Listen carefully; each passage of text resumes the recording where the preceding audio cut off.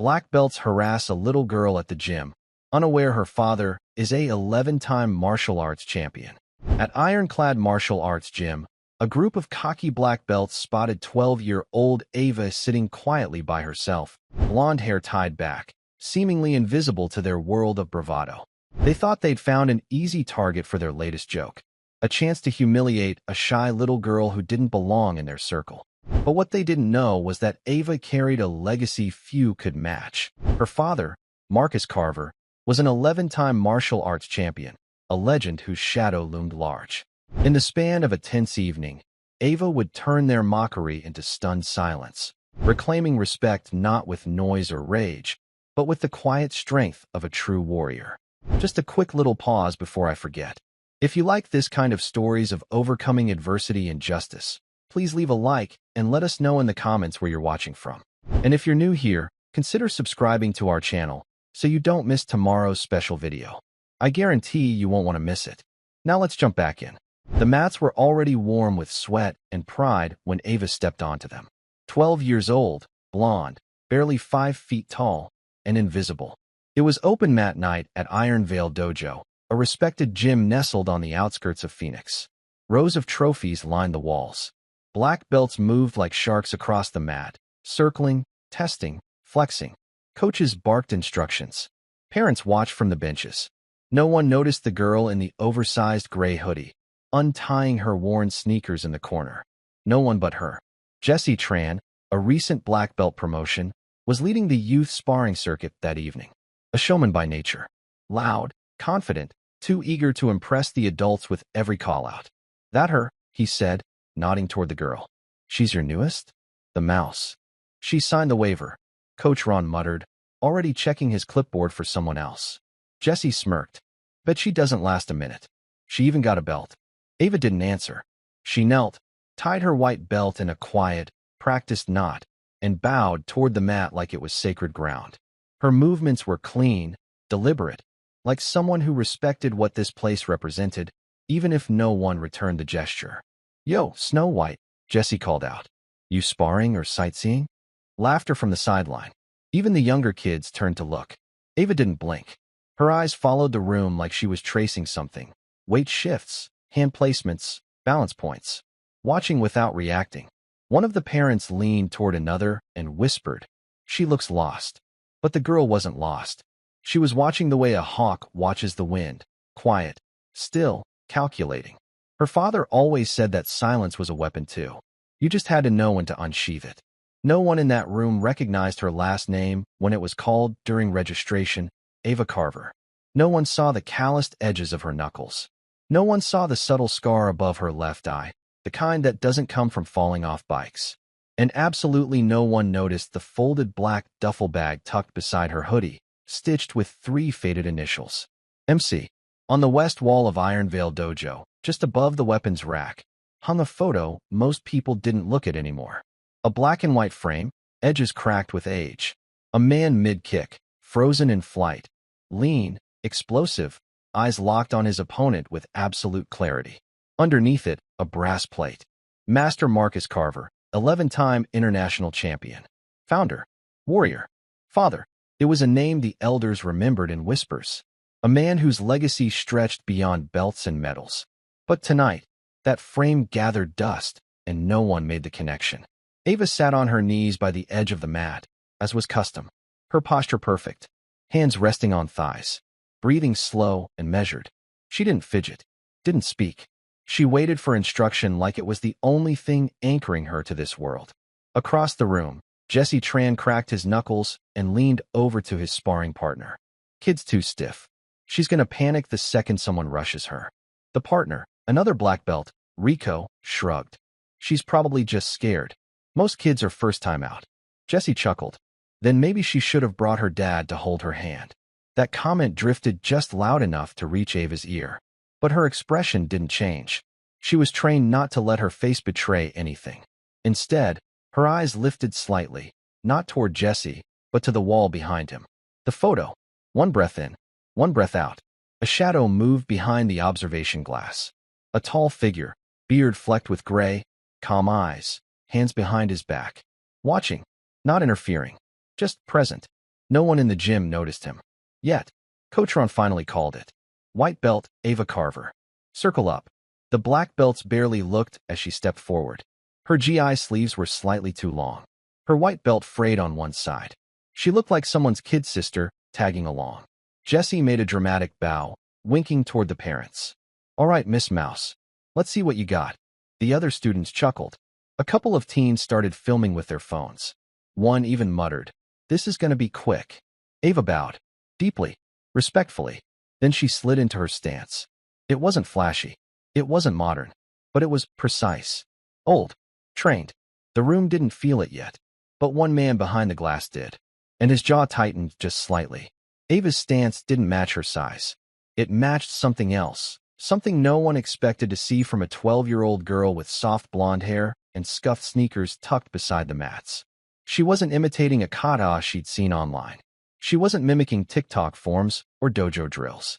Her feet were rooted, heels just inside shoulder width, right hand relaxed at the hip, left hand extended like it was holding memory itself. Chin tucked, eyes steady. Not angry, not afraid. Balanced. Alive. Jessie blinked, just for a moment. There was something off about the way she moved. Not wrong, just different. Like her body had already memorized 100 fights she'd never been in. Coach Ron frowned. He'd seen that stance before. Not recently. Not from any of the new kids. From someone else. Someone who used to command silence just by stepping on the mat.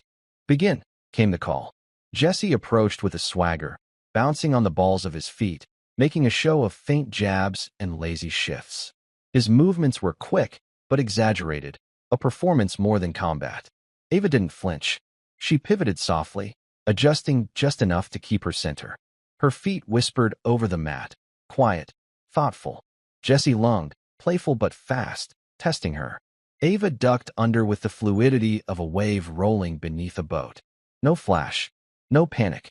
She simply moved out of the way before the strike had even finished. The room shifted slightly. A few eyebrows lifted.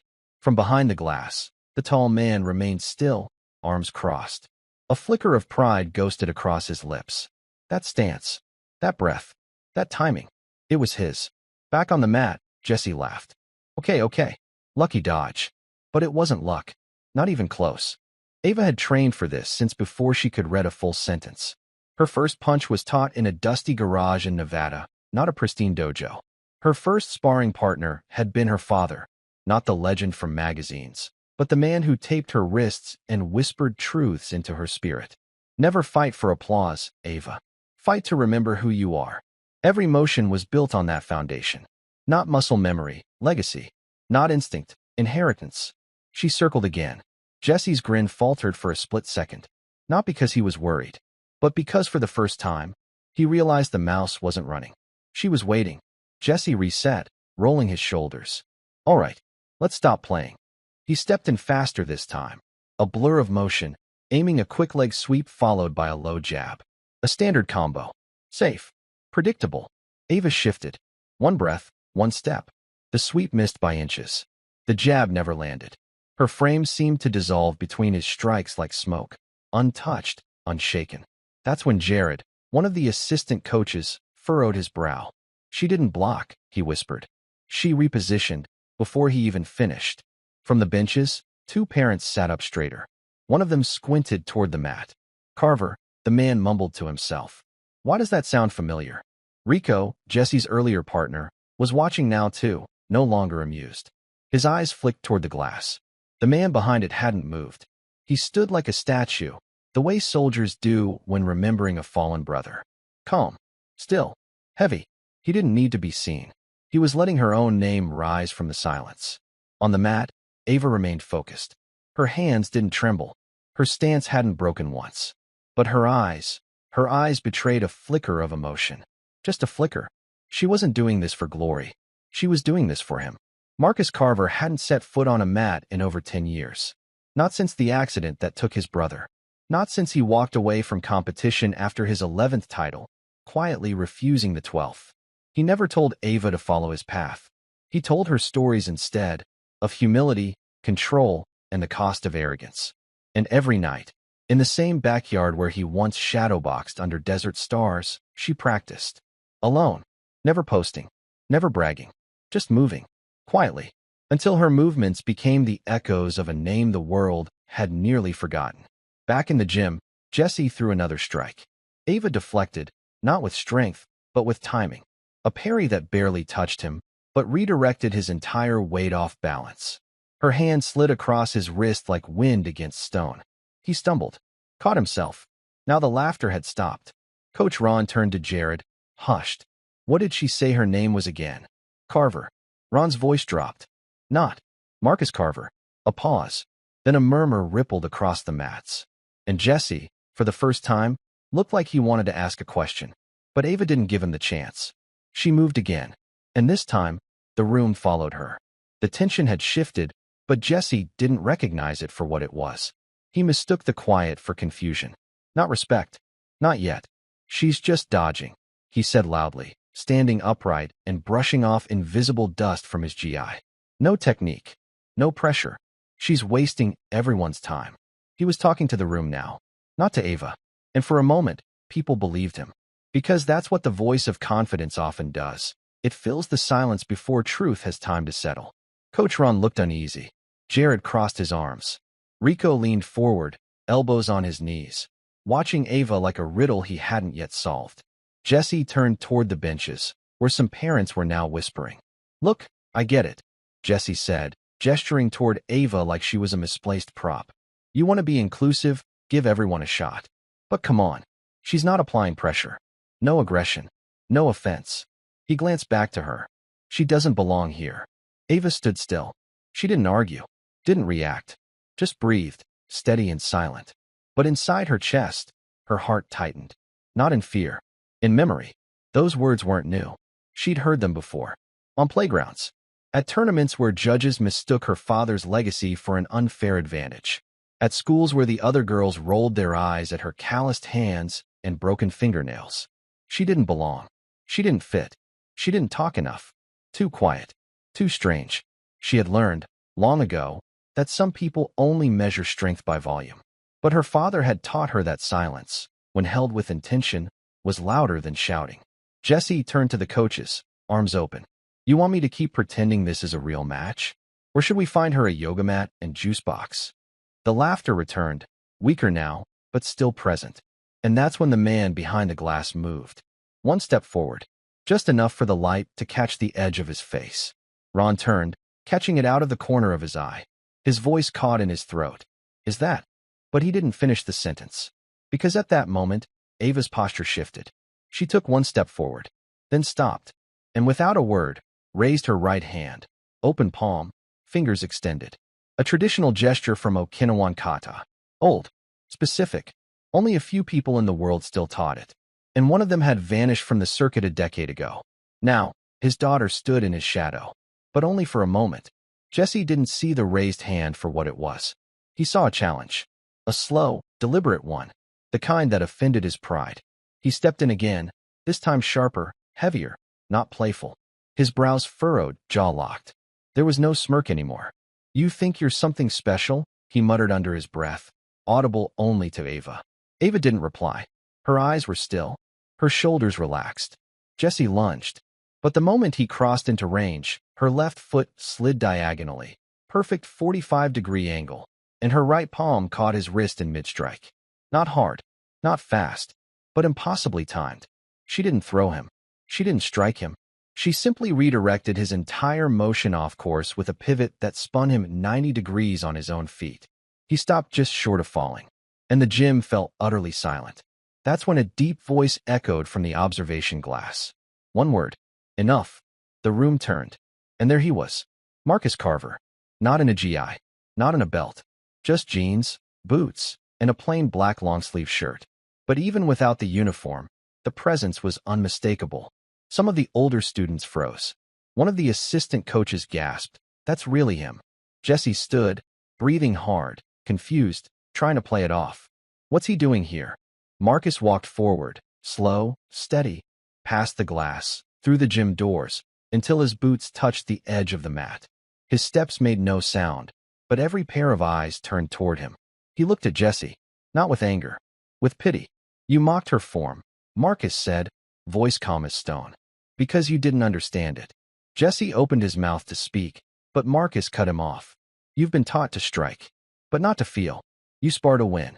She trains to listen. Then he turned, not to the crowd, not to the coaches, but to Ava. She hadn't moved, and Marcus nodded once. A signal only the two of them understood. The coaches were already standing, but someone in the back, an old student, now a parent, finally stepped forward. He looked at Jesse, then at Marcus, and whispered, "You didn't recognize her because she doesn't carry his name like a banner." Jesse blinked. "What name?" Marcus answered without raising his voice. "She carries it like a responsibility."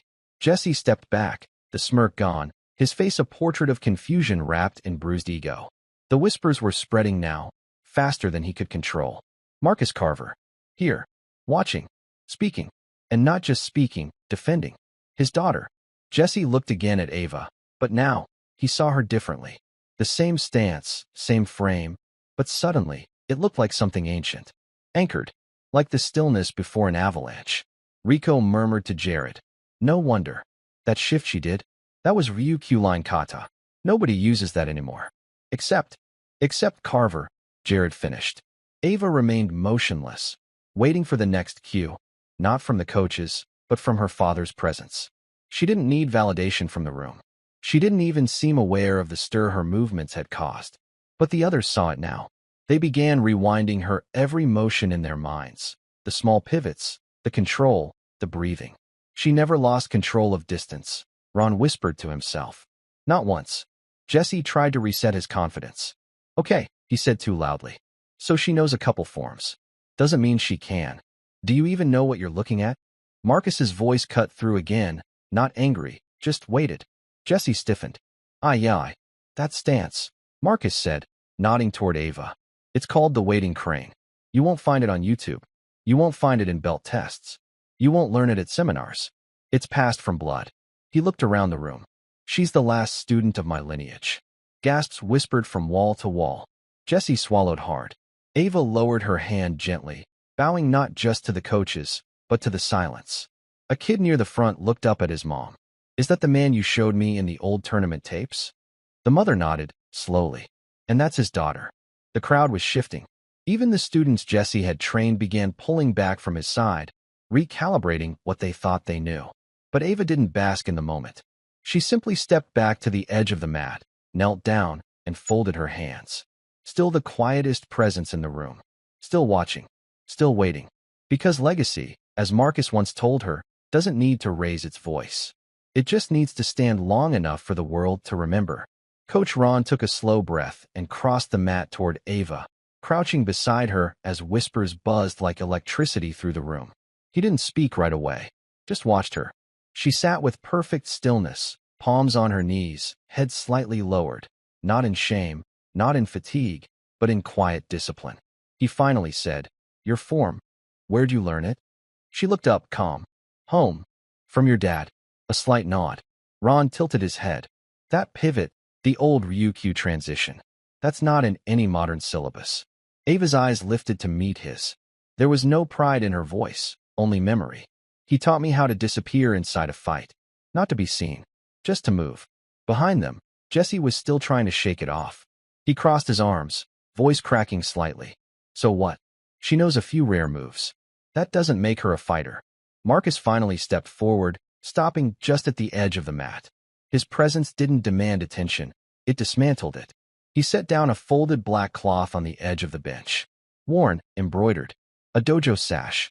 3 words stitched along the edge in white thread. "Balance before bravado." Ava saw it and bowed her head. Jesse looked at it like it was just decoration. "What's that supposed to be?" "A towel." Marcus turned to him, eyes steady. That cloth was soaked in the sweat of 1,000 hours. The weight of loss. The silence after my last match. He glanced at Ava. She trained not to win, but to understand. Rico stepped closer now, no longer hiding his curiosity. "She hasn't even sparred full contact yet, has she?" Marcus didn't answer. Instead, he turned back to Ava and asked, "Do you still remember the rhythm?" Ava stood slowly. Then she bowed, once to her father, once to the mat, and stepped into position. The gym felt a silence. She moved. No opponent. No music. Just her. A kata older than anyone in the room. Low stances, sharp pivots, explosive bursts of motion, then stillness. Every move had precision. Every breath had purpose. Not one motion wasted. Halfway through, Rico exhaled.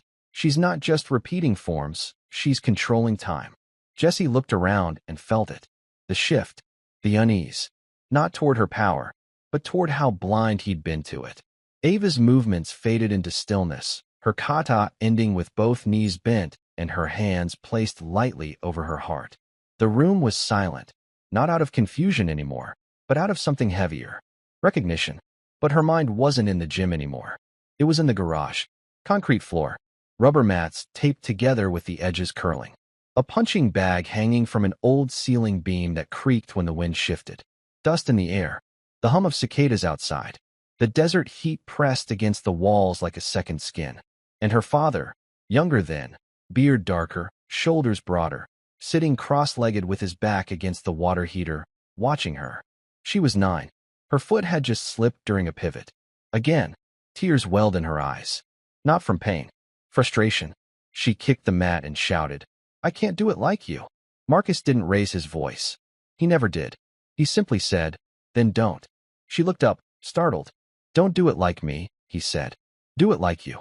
He stood slowly, walked toward her, and knelt. "You don't fight because you're supposed to. You fight because sometimes the world forgets how to listen." And silence. Ava, silence is not absence. It's potential. He placed his hand gently on her shoulder. "Let them call you quiet, but make sure you're listening louder than anyone else." Back in the gym, Ava stood from her finishing pose.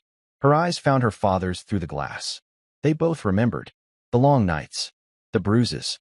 The silence after her mother left. When Ava didn't speak for almost a year. When the only way she communicated was through movement. Through kata. Through training. It was never about competition. Never about belts. It was therapy. Translation. The only language they shared without needing words. And that folded cloth he placed on the bench? It was the one her mother had stitched for Marcus before his final tournament. She left the day after he won. He never wore the sash again. Until Ava asked him, months ago, if she could. And now, it rested there, between them. Not as decoration. As inheritance. The gym didn't know all of that. But they saw its weight. Because sometimes, the heaviest stories are carried in the lightest steps. There were 11 trophies in the Carver household, but none on display. Marcus kept them wrapped in a canvas sack beneath his bed, next to an old leather-bound journal and a faded photo of 3 men in tournament GIs. Him, his younger brother Caleb, and their sensei, arms around each other, grinning like boys on the edge of legacy. That photo hadn't seen sunlight in years. The last time Marcus had stood on a podium was the day after Caleb died. Tournament finals in Bangkok. They had agreed to compete together one last time, as brothers. Caleb never made it to the mat. A car wreck the night before, hit and run. No witnesses. No time to say goodbye. Marcus fought anyway. He didn't know why. Maybe it was numbness. Maybe it was duty. He moved through the bracket like a machine, winning every match in silence. His opponent in the final bowed twice, once out of respect, once out of fear. Marcus didn't celebrate the win. He flew home the next day, packed the medals, the belts, the uniforms. Never taught again. Never fought again. Until Ava. She was 6 when she first found him shadowboxing behind the garage, not performing, just remembering. "Why do you still practice if you don't fight anymore?" she asked. He knelt, handed her one of his old black belts, frayed, faded. He wrapped it around her waist like a scarf, too long and dragging behind her. "To remember the man I promised to become," he said. That promise had changed over the years. It wasn't about glory. It was about never forgetting. And Ava had never forgotten. Every night, after her homework, she trained. Every weekend, while other kids went to movies or malls, she was in the garage, practicing. Not because he told her to, because it centered her. It gave her something nothing else could, peace through motion. Now, at 12, she moved like someone with years beyond her frame, because she carried years that weren't hers. His years. Caleb's years. Years of quiet dedication and deliberate sacrifice. In Iron Veil Dojo, she stood at the edge of the mat as whispers swirled around her. But she didn't speak. She didn't need to. Her father had always said, "The greatest warriors don't chase attention. They carry history." and history was standing right there, on bare feet, in perfect stillness. The gym was no longer just a place for sparring or casual drills. The air had shifted, thickened with unspoken respect and an electric tension that hummed beneath the surface. Every breath, every step felt heavier, more deliberate. Ava stood calmly in the center of the mat, the very image of controlled focus. Despite her youth, there was a grace to her movements that commanded attention. Her blonde hair was pulled back neatly, strands clinging to her forehead from the effort she'd already given. Yet her eyes held no arrogance, only quiet determination. Jesse, still grappling with his bruised ego, narrowed his eyes and muttered under his breath, "She's good, but I'm not done yet." He stepped forward once more, his posture more measured, less showy. Gone was the cocky grin and flamboyant gestures. Now, every movement was calculated, a tactical strike meant to test the limits of Ava's defense. This was no longer a performance. It was a challenge. Ava responded with equal precision. She moved as though every muscle remembered a lifetime of training, though the truth was she had only lived 12 years. Her defense wasn't flashy, it was economical. Each shift in weight, each subtle adjustment of stance, spoke volumes about her understanding of timing and distance. The gym fell silent. Not a single whisper. The usual rustle of gear and shifting feet vanished. Even the hum of the fluorescent lights seemed to dim as everyone's eyes stayed locked on the two figures exchanging blows with grace and control. Jesse's frustration began to seep through. His breaths came quicker, his punches less smooth, edged with impatience. He wasn't used to facing an opponent who didn't react with fear or desperation, but with calm resilience. Then came the moment that made the entire room hold its breath. Jesse launched a low, sharp kick, aimed to catch Ava off guard, fast and powerful. But she was ready. With an almost imperceptible slide of her left foot forward, Ava intercepted the strike. Her block was firm but gentle, enough to halt Jesse's momentum without aggression. Almost like a whisper against stone. Without hesitation, Ava countered, a light tap on his ribs, delivered not with force, but perfect timing that unbalanced him. Jesse stumbled back, eyes wide with surprise and newfound respect. At that moment, his gaze met Marcus Carver's steady eyes across the mat, calm, unyielding, filled with quiet authority. Ava did not gloat. She simply bowed to Jesse with the respect owed to a worthy opponent. The gym exhaled collectively, a release of the tension that had built for so long. Marcus stepped back, folding his hands behind his back. His voice was calm, but every word carried weight. Control is not the absence of movement, but the mastery of it. Jesse's posture slackened, shoulders lowering as realization settled over him. He nodded, a silent acceptance that things had changed, not just for him, but for everyone watching. The gym, once noisy and casual, had transformed into a chamber of respect and reverence. And Ava? She stood quietly in the center, a young girl who carried an ancient legacy, her journey only just beginning. The room's energy had shifted again. Where before it was curiosity mixed with skepticism, now there was anticipation, a charged expectation lingering like the calm before a storm. Jesse straightened his GI, a flicker of resolve flashing across his face. He wasn't about to concede. Not here. Not in front of this crowd. "We're not finished yet," he said, voice low but steady. "You've shown skill, but let's see if you can keep up." Ava didn't respond verbally. She simply returned to her stance, centered and ready. Her gaze never wavered from Jesse. Around the gym, whispers spread like wildfire. Parents leaned forward in their seats. Young students exchanged glances. Even Coach Ron felt the pressure mounting. Jesse launched the next series, faster, sharper, more aggressive. This time, there was no room for measured sparring. His strikes were precise and relentless, testing her endurance, reaction time, and mental composure. Ava moved with silent confidence. Every block, every step backward, was deliberate. Her breathing remained steady, her eyes calm, like a still lake beneath a stormy sky. It was as if she was absorbing every attack not just with muscle and reflex, but with intention. Jesse's frustration grew. His body tensed, shoulders rising as his strikes became less controlled, fueled by impatience. But Ava stayed poised. Then, as Jesse overcommit to a roundhouse kick, Ava shifted her weight expertly, stepping just outside his range. With the precision of a master, she swept his supporting leg, gently but effectively toppling him to the mat. The room gasped. Jesse looked up, breathless, a flicker of shock and respect crossing his face. Marcus Carver stepped forward, voice calm but firm. That was not defeat. That was discipline. Jesse struggled to rise, then met Marcus's gaze, a silent acknowledgement passing between them. The crowd's mood transformed once more, from tension to reverence. It was no longer a contest of strength, but a lesson in humility, patience, and respect. Ava helped Jesse to his feet, bowing deeply to him and the assembled crowd. And in that moment, the gym wasn't just a training hall anymore. It was a place where legacy was honored and respect reclaimed. The subtle hum of the gym's fluorescent lights seemed to grow louder in the heavy silence. The taste of sweat and anticipation lingered in the air as Ava and Jesse squared off once again. But this time, the stakes had risen beyond personal pride.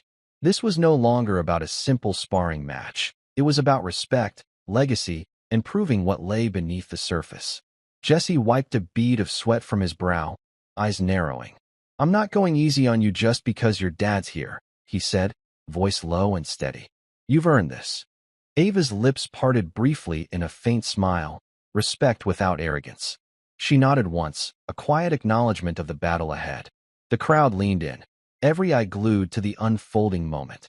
Coaches exchanged quick glances, parents held their breaths. This was more than sport, it was a test of spirit. Jesse moved first, his strikes quicker and more varied. He shifted between jabs, kicks, and feints, trying to unsettle the calm fortress that was Ava's defense. But she responded with a composed grace, blocking and redirecting each attack as if moving through a well-rehearsed dance. Her breathing remained steady, her body language serene yet alert. Each motion an expression of years of quiet discipline, not bluster. Then came the moment when Jesse attempted a feint, aiming to bait Ava into a premature strike. But Ava saw through it instantly. With the precision of a seasoned fighter, she countered with a low sweep that brought Jesse off balance. He stumbled but caught himself, eyes wide with surprise and growing respect. Marcus watched silently, his gaze steady. "Control is not dominance. It's balance," he murmured. Jesse straightened, exhaling deeply. "I underestimated you," he admitted. "More than you know." Ava bowed slightly. "Thank you." The gym seemed to breathe again, the tension dissolving into mutual respect. For the first time, Jesse saw not just the girl in front of him, but the legacy she carried, the quiet strength inherited from a champion who had given everything. This wasn't just a fight. It was a lesson. The gym had fallen into a silence, so deep it felt almost sacred.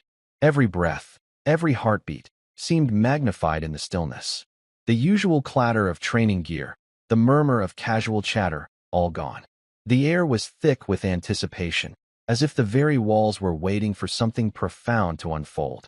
Ava stood alone on the mat, her small frame calm and unyielding. Her blonde hair was pulled back tightly, revealing eyes steady and clear. There was no trace of fear or hesitation. Instead, there was a quiet power, a strength born not of bluster, but of discipline. Jesse, standing opposite her, wiped the sweat from his brow and glanced nervously at Marcus Carver, who had stepped forward from the shadows. Marcus's presence filled the room like a steady tide, calm yet undeniable. The weight of his reputation, his legacy, hung heavy in the space between them. "She is not just a student," Marcus said, his voice low and steady, carrying a gravity that silenced even the whispering crowd. "She is the living continuation of a legacy you all thought lost." A murmur passed through the crowd, disbelief, awe, curiosity. Jesse's gaze flickered between Marcus and Ava, understanding beginning to dawn on him that this was far beyond a simple sparring match. Ava took a deep breath, centering herself. Then, with a grace that seemed to slow time, she moved into a stance so pure and deliberate it was almost reverent. Her feet rooted firmly to the mat, her hands poised with exactness, she began. Each motion was a precise echo of a tradition older than anyone present. The kata she performed was not flashy or showy. It was austere, disciplined, and deeply meaningful.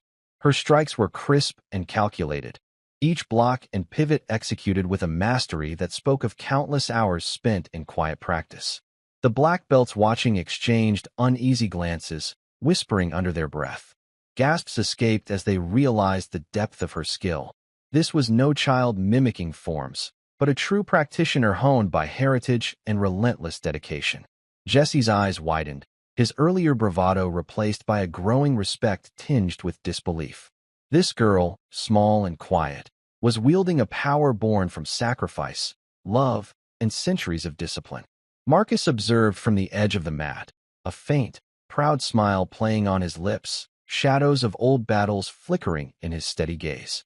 When Ava finished, she lowered her hands slowly, bowing deeply not to seek approval, but to honor the art, the lineage, and those who had come before her. The gym remained hushed for a moment longer. Then a slow, respectful clap began, low and tentative at first, growing steadily louder, echoing off the walls. Jesse stepped forward, extending a hand with genuine respect. "Your father taught you well." Ava accepted the handshake with quiet grace, no words needed. In that moment, the silence broke into something far more powerful, respect earned not through loud declarations, but through quiet mastery and an unshakable presence. The gym seemed to hold its breath as Marcus Carver's words settled over the crowd. His hand still rested lightly on Ava's shoulder, a quiet gesture laden with unspoken history and the passing of a torch. The presence of the 11-time champion next to his daughter transformed the space, reframing every moment that had come before. Ava's gaze swept slowly over the room, taking in faces now softened by respect and understanding. No one saw her as just a little girl anymore. She was a living testament to years of sacrifice, training, and quiet perseverance, an embodiment of a legacy forged in sweat and silence. Her voice was steady but barely above a whisper as she spoke again. "I don't fight for trophies. I don't fight for recognition. I fight so that those who can't speak, who have been forgotten, will have someone standing in their place." The crowd was silent. Some held back tears. Others nodded with slow, reverent understanding. Marcus lowered his voice, sharing a part of their story few had heard before. "When I won my last title, it was with the memory of my brother Caleb on my mind. We fought together once, side by side, but he never made it home from that final tournament. I promised him then that I would carry our fight forward, not just in competition, but in honor and discipline. Ava carries that promise now." A flash of memory rippled through the room. A photograph Marcus kept hidden. 3 brothers in GIs, smiles wide, eyes full of dreams. A promise unspoken, but deeply felt. Jesse, still catching his breath from the earlier sweep, swallowed hard. The weight of his earlier arrogance seemed to crush him now. "I was blind," he admitted quietly. "You, both of you, carry something I never understood. It's not just skill. It's heart. It's honor." Marcus nodded solemnly. True strength is quiet. It doesn't need to shout or demand attention. It waits. It endures. And when the moment comes, it reveals itself, not through force, but through presence. Ava bent slightly, bowing not just to her father or to the gym, but to the legacy of those who had come before her, those who had sacrificed so much in silence. As she stood, her small figure seemed somehow larger, filled with the weight of generations. The gym erupted, not in chaotic noise, but in a wave of heartfelt respect. Claps rang out, steady and sincere, echoing a truth long buried beneath doubt. For a moment, time seemed to stretch. Ava and Marcus exchanged a glance, one of quiet pride, understanding, and unbreakable bond. This was more than a sparring match. It was a reclaiming of honor, a legacy restored, and a promise kept. The room was thick with a profound stillness, the kind that comes only when true understanding settles over a crowd. No one spoke. No one moved. The echo of applause had faded into the background, leaving behind a reverent silence that wrapped around every person like a shared secret. Jesse stood, shoulders heavy with humility, his gaze lowered as if carrying the weight of his own earlier ignorance. His lips parted slightly, but no words came. Instead, he bowed deeply, not just to Ava, but to the legacy she represented. The older students and coaches exchanged looks, their eyes shining with newfound respect. Parents whispered quietly, recognizing the unspoken truth.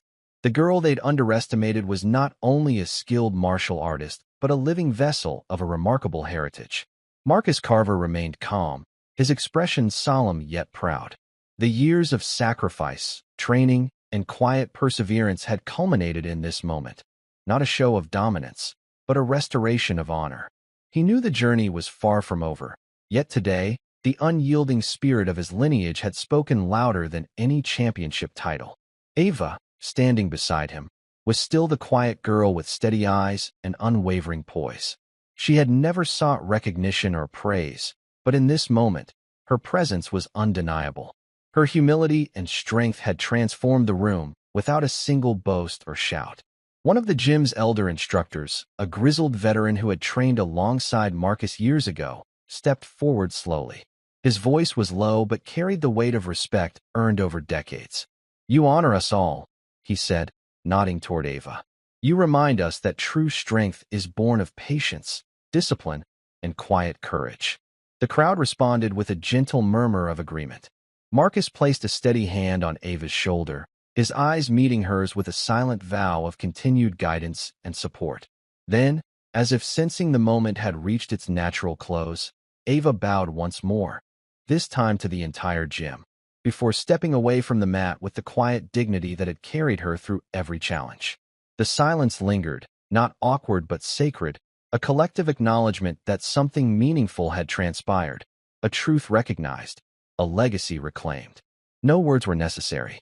Respect was spoken in the stillness. The gym held its breath. The usual clatter of training mats, the murmurs of casual chatter, even the soft scuffs of shoes on the polished floor, all fell away, swallowed by an enveloping silence that felt almost sacred. It was as if the very air inside had thickened, charged by the weight of what had just transpired.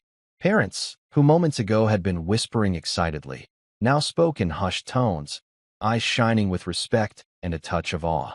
Some pressed a hand to their chest, their faces reflecting a profound recognition. The children, once restless and distracted, sat upright, their youthful eyes wide with wonder and a dawning appreciation for something larger than themselves. Jesse remained on the mat, kneeling, his chest rising and falling in deep breaths. The cocky bravado that had once defined him was stripped bare, replaced by a heavy humility. His eyes, once sharp and dismissive, now held a quiet reverence. The lesson was clear, and it stung more deeply than any physical blow could. True strength was not loud or boastful. It was measured, patient, and profound. Marcus Carver stood silently beside Ava, arms folded loosely across his chest, his gaze never wavering from his daughter. He saw in her the living legacy he had fought to preserve, the quiet resilience forged through years of sacrifice, loss, and unwavering discipline. There was no need for grand gestures or prideful declarations. Her calm dignity spoke louder than any trophy or medal ever could. Coach Ron approached Marcus cautiously, lowering his voice so only the two of them could hear. "She's the real deal," he murmured, a note of admiration thick in his tone. Marcus nodded solemnly. "She's carried this weight since before she could walk," he replied softly.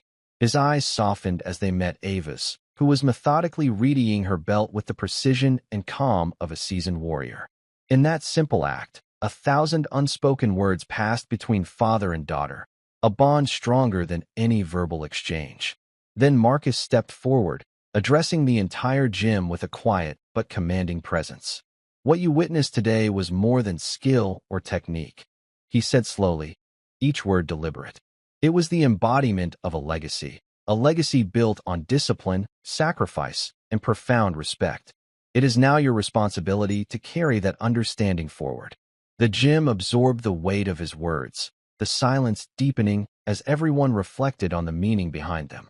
Ava took a slow, steady breath, and with a final, graceful bow to the room, she turned and walked toward the exit. Her steps were soft but resolute, carrying the unshakable strength of one who had reclaimed her dignity not through confrontation, but through presence. As the gym gradually stirred back to life, the atmosphere remained forever changed. The lesson taught that day, one of quiet strength and unyielding honor, lingered like a gentle echo, and the legacy would endure. The gym was nearly empty now, The harsh fluorescent lights softened as the evening shadows crept across the polished floors. The noise and tension that had filled the air earlier had dissolved into a calm stillness, the kind that follows something profound. It was the silence of respect, of battles fought and won beyond the glare of public spectacle. Ava sat alone on the worn wooden bench near the entrance, her small hands folded gently in her lap. The quiet hum of the gym's ventilation was a faint backdrop to the weight in her chest, a mix of relief, exhaustion, and something deeper, the steady pulse of dignity reclaimed. The adrenaline had ebbed away, leaving only a peaceful calm that wrapped around her like a familiar cloak. Marcus approached slowly, the careful measured steps of a man who had carried his own burdens for decades. His eyes softened as he saw his daughter sitting quietly, her posture relaxed but still carrying the unmistakable grace of a warrior. In his hands, he carried a small, folded piece of cloth, a dojo sash, well-worn and embroidered with the motto that had guided his own journey: balance before bravado. He knelt beside Ava and gently placed the sash across her knees. The fabric was old, but its meaning was timeless. "You earned this," Marcus said softly, his voice thick with unspoken emotion. "Not because of what you showed them today, but because of who you are when no one is watching." Ava looked up at him, her steady blue eyes meeting his with a mixture of gratitude, understanding, and the quiet strength that had carried her through countless hours of solitary training.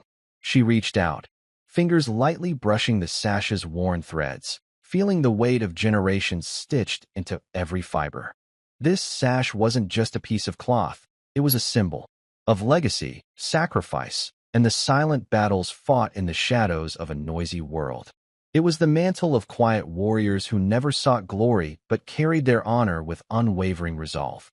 Outside, the last golden rays of sunlight filtered through the tall windows, casting long, warm shadows across the gym's worn mats and equipment. It was a gentle reminder that every ending held the promise of a new beginning. Marcus reached into his jacket pocket and pulled out a creased, faded photograph. He unfolded it carefully and held it out to Ava. The image showed three brothers, all wearing GIs, arms draped around one another, their smiles wide and unguarded. A frozen moment of hope, youth, and unbreakable bond.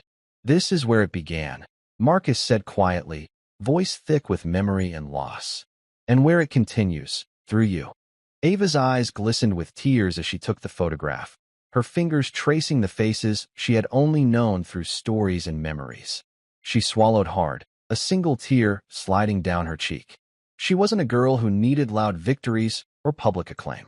Her strength was in her silence, in the resilience carried through every breath, every deliberate step, every kata practiced in the solitude of a dusty garage late at night. The gym behind them was empty now, yet the story was far from over. As father and daughter rose to leave, Ava carefully folded the sash and tucked it into her bag, alongside the photograph.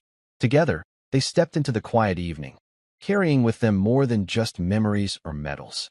They carried a promise, a legacy reclaimed not through spectacle or violence, but through quiet strength, discipline, and dignity. And that was a victory no one could ever take away. The gym's doors closed softly behind them, the muted click echoing through the empty corridor. Outside, the city had slipped into the quiet rhythm of night, streetlights casting pools of amber on the pavement, and a gentle breeze carrying the cool promise of a new beginning. Ava and Marcus walked side by side, their steps measured and calm. The tension that had gripped the day gradually eased, replaced by a stillness that felt both heavy and comforting. They moved without haste, the silence between them rich with unspoken understanding and shared history. Ava's bag hung lightly from her shoulder, the sash and the worn photograph safely tucked inside, a tangible connection to a past she was only beginning to fully embrace. She glanced up at the stars, faint pinpricks against the dark canvas of the sky, and felt the weight of legacy settle warmly in her chest. Ahead, a small park lay bathed in the gentle glow of flickering street lamps. Children's laughter floated softly through the night air, a reminder of innocence and the future yet to come. Ava's lips curved into a subtle, wistful smile. She knew her path would not be easy. There would be struggles and quiet battles fought away from the spotlight. But she also understood something deeper now. Strength was not about showmanship or noise. It was about endurance, discipline, and the courage to stand steady when no one else was watching. Marcus looked over at his daughter, pride evident but tempered with humility. "You showed them something today they've forgotten," he said quietly, his voice carrying the weight of decades of experience. Presence, patience, strength without boast. Ava met his gaze, calm and sure. "I fight for the moments that go unseen," she replied softly. "For those whose voices have been silenced." They continued walking, their shadows long and intertwined on the pavement. The city lights above flickered like distant fires, a reminder that hope and resilience burned quietly within the heart of the world. As they reached their doorstep, Marcus paused and turned to Ava. "Remember this," he said, placing a gentle hand on her shoulder. "True strength isn't just what you show the world. It's what you carry deep inside." Ava nodded, her eyes reflecting both resolve and gratitude. "I understand," she whispered. With a final embrace, quiet but full of unbreakable love, they parted ways for the night.